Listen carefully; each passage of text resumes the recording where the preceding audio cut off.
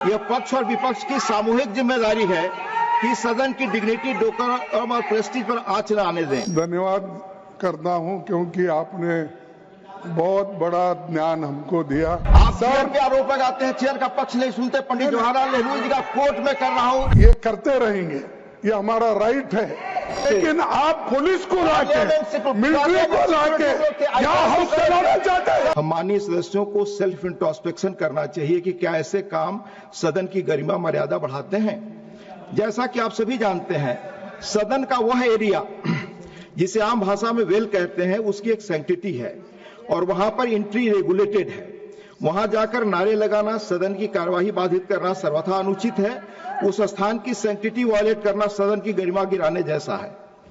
ज्यादा पीछे न जाकर सदन के भीतर पिछले कुछ एक वर्षों में वेल में जाकर की गई कुछ दुर्भाग्यपूर्ण घटनाओं का उल्लेख करना चाहूंगा कि सदन में सदस्यों द्वारा मनोनीत माननीय मंत्रियों, सेक्रेटरी जनरल व टेबल ऑफिस पर द हाउस पर बैठे अधिकारियों से बिल की कॉपी और अन्य महत्वपूर्ण संसदीय पेपर्स छीनकर फाड़े गए, उन्हें उछाला गया। वेल एरिया में चेयर, सेक्रेटरी जनरल की चेयर, टेबल ऑफ हाउस और उस पर बैठे अधिकारियों की सुरक्षा के लिए पार्लियामेंट्री सिक्योरिटी के पर्सनल द्वारा उस एरिया को कार्डन ऑफ करना पड़ा। प्लीज संसद के सुरक्षा कर्मियों का सदन में उपस्थित रहना नई बात नहीं है। आप जानते हैं कि इस सर्विस की न्यू सेंट्रल लेजिस्लेटिव असेंबली के पहले इलेक्टेड भारतीय अध्यक्ष आदरणीय विट्ठल भाई पटेल द्वारा 1930 में डाली गई थी। यह सुरक्षा कर्मी तब से अपना काम कर रहे हैं, जो स्पेशली ट्रेंड हैं और किसी तरह के फोर्स का इस्तेमाल न करके अपना काम सदन की गरिमा को ध्यान में रखकर करते हैं। जहां तक सदस्यों द्वारा अपने democratic right of dissent exercise करने की बात है, वह उनका अधिकार है। जहां तक सदस्यों द्वारा अपने democratic right of dissent exercise करने की बात है, प्लीज, यह उनका अधिकार है, पर वह इस सदन के नियमों और परंपराओं के तहत ही अपनी सीट से ही, न किसी अन्य की सीट या सदन के भीतर किसी अन्य जगह से। नियम के तहत अगर अपनी सीट पर नहीं है तो माननीय सदस्य द्वारा कही गई बातों को रिकॉर्ड में नहीं किया जाता। माननीय नेता प्रतिपक्ष, जिनका लंबा संसदीय अनुभव है, से यह अपील करूंगा कि वह विचार करें कि वेल में आना, शोर मचाना, सदन न चलने देना, अन्य सदस्यों को जो सदन में कार्यवाही में भाग ले रहे हैं उन्हें न बोलने देना, कैसे किसी सदस्य का डेमोक्रेटिक राइट टू प्रोटेस्ट माना जा सकता है। वेल में जाकर नारे लगाने व अन्य सदस्यों को न बोलने देने पर 1978 प्लीज तिरुचि शिवाजी सिट 1978 में तब के माननीय सभापति ने इसे कॉन्टेम्प्ट ऑफ हाउस की संज्ञा दी थी। 26 अप्रैल 98 को तब के माननीय उपसभापति ने इस प्रकार के कंडक्ट को मोस्ट डिसगस्टिंग कहा था। अगले दिन माननीय सभापति ने इस घटना को रिपल्सिव एंड डिप्लोरेबल कहा था। उन्होंने कॉशन किया, I quote, such an act which brought disrepute to the house would not be tolerated. मैं बता रहा हूं, ये 98 में तब के चेयरमैन ने कहा था, डिप्टी चेयरमैन ने कहा था, आई कोट। इसी तरह 3 मार्च 2008 को जब कुछ माननीय सदस्यों ने वेल ऑफ द हाउस में घुसकर नारे लगाए थे, तब के माननीय चेयरमैन ने इसे रूल्स का वायलेशन बताया। उन्होंने इस सदन द्वारा गोल्डन जुबली ऑफ इंडिपेंडेंस के समय पास किए गए रिजोल्यूशन की तरफ ध्यान दिलाया, जिसमें अन्य चीजों के अलावा हमने यह संकल्प लिया था कि we will refrain from transgressing into official areas of the house और from any shouting of slogans. इसके बाद राज्यसभा के 230वें सेशन 2014 में जब कई सदस्य वेल ऑफ द हाउस से नारे लगा रहे थे, तब के चेयरमैन ने कहा था, and I quote, Honorable members, from several days now we have been in a situation of being forced to witness the deviations from the decorum of the House by members coming into the well and shouting slogans, unquote. Quote again, entering the well of the House को उन्होंने persistently and willfully obstructing the proceeding of the House कहा, वो उन्होंने, I quote, grossly disorder conduct in violation of rules and etiquette of the House कहा। 230वें session में एक सदस्य well में नारेबाजी कर सदन की कार्यवाही बाधित कर रहे थे, तो उपसभापति ने कहा था, this might tantamount to breach of privilege of the house, जिसके लिए माननीय सदस्य ने अनकंडीशनल माफी मांगी। And he also expressed regret for the inconvenience cause to the officers and staff of the secretariat. दोहराना चाहूंगा कि प्रश्नकाल और शून्यकाल दोनों ही प्रत्येक सदस्य के लिए सरकार को अकाउंटेबल बनाने और लोक महत्व के अर्जेंट मुद्दों को उठाने के लिए महत्वपूर्ण औजार हैं। वर्तमान सत्र में अब तक विभिन्न महत्वपूर्ण विषयों पर हमारे पास 150 start questions, 150 zero hour submissions और 150 स्पेशल मेंशंस रेज करने का मौका था, लेकिन लगातार व्यवधान के कारण हम केवल 13 start questions, 5 zero hour submissions और 17 स्पेशल मेंशन ही ले पाए। व्यवधान के कारण सत्र में अब तक 41 घंटे 11 मिनट गवा चुके हैं। This way we are not abdicating our responsibilities as member of parliament. Is it not a disservice to the people whom we serve? Chairman माननीय आरोपी से अपील करता है कि वह ऐसे माननीय सदस्यों को जो नियम और परंपराओं की अवहेलना करते हैं, यह सलाह दे कि वह सदन का कामकाज चलने दे, उसकी मर्यादा भंग न करें। यह पक्ष और विपक्ष की सामूहिक जिम्मेदारी है कि सदन की डिग्निटी, डेकोरम और प्रेस्टीज पर आंच न आने दें। पुनः आप सभी सदस्यों से आग्रह है कि आप सभी बहस में भाग लें, सदन को बिना बाधा चलने दें। हमारी सामूहिक जिम्मेदारी कामकाज मर्यादा आचरण से इस मुल्क में लोकतंत्र की जड़ें गहरी होंगी। अंत में देश के पहले प्रधानमंत्री, लेट मी कोट, देश के पहले प्रधानमंत्री पंडित जवाहरलाल नेहरू की कही बात। अंत में प्लीज अपनी सीट पर जाएं। अंत में देश के पहले प्रधानमंत्री पंडित जवाहरलाल नेहरू की कही बात 14 अगस्त 1958 में इसी सदन में कोट करते हुए अपनी बात खत्म करूंगा। I quote Pandit Jawaharlal Nehru ji, Parliament does set some kind of an example to the rest of the country as we behave here to each other, towards our work, towards the general public, so to some extent others will behave elsewhere, whether in the state legislatures or in the many other organs of self-government that exist in the country, right way down to that foundation of our democracy, the panchayats in the villages.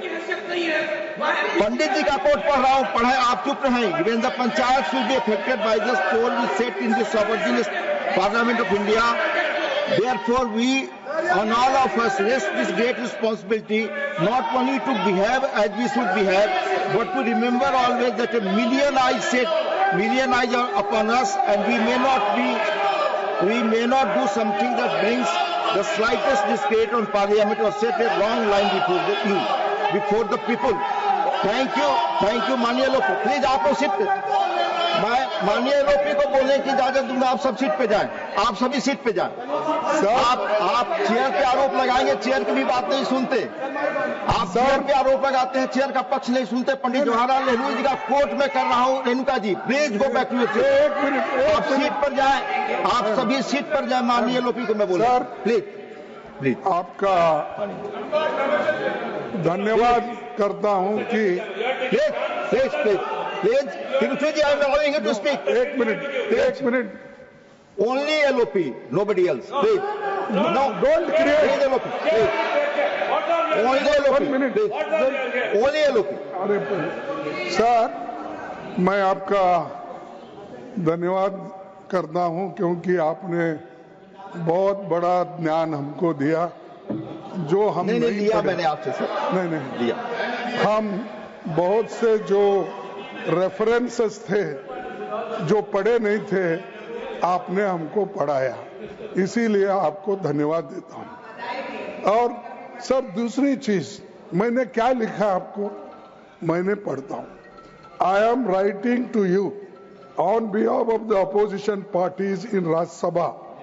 We are astonished and shocked at the manner in which CISF personnel are made to run into the well of the House when the members of the exercising their democratic right of protest.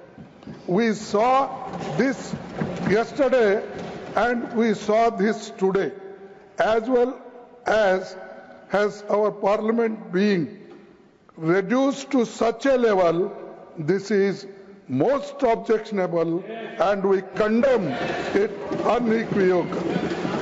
We expect that in the future CISF personnel will not come trooping in the well of the House when members are raising important issues of public concern.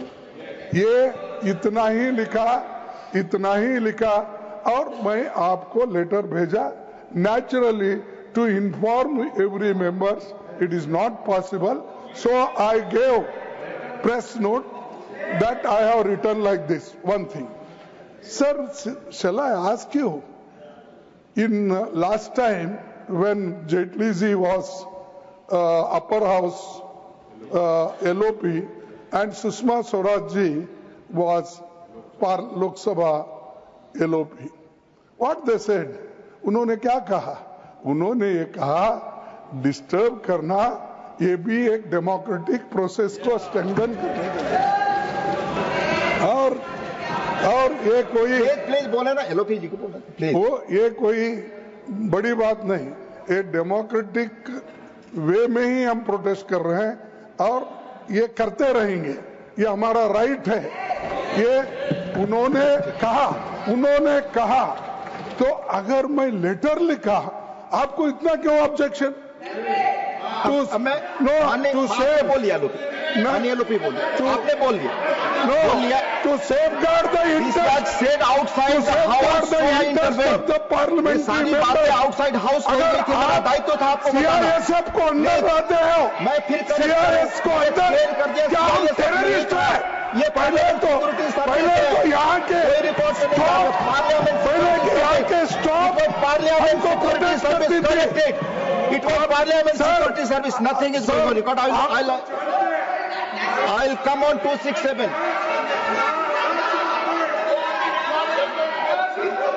नहीं, आप बोल चुके, माननीय LOP बोल चुके।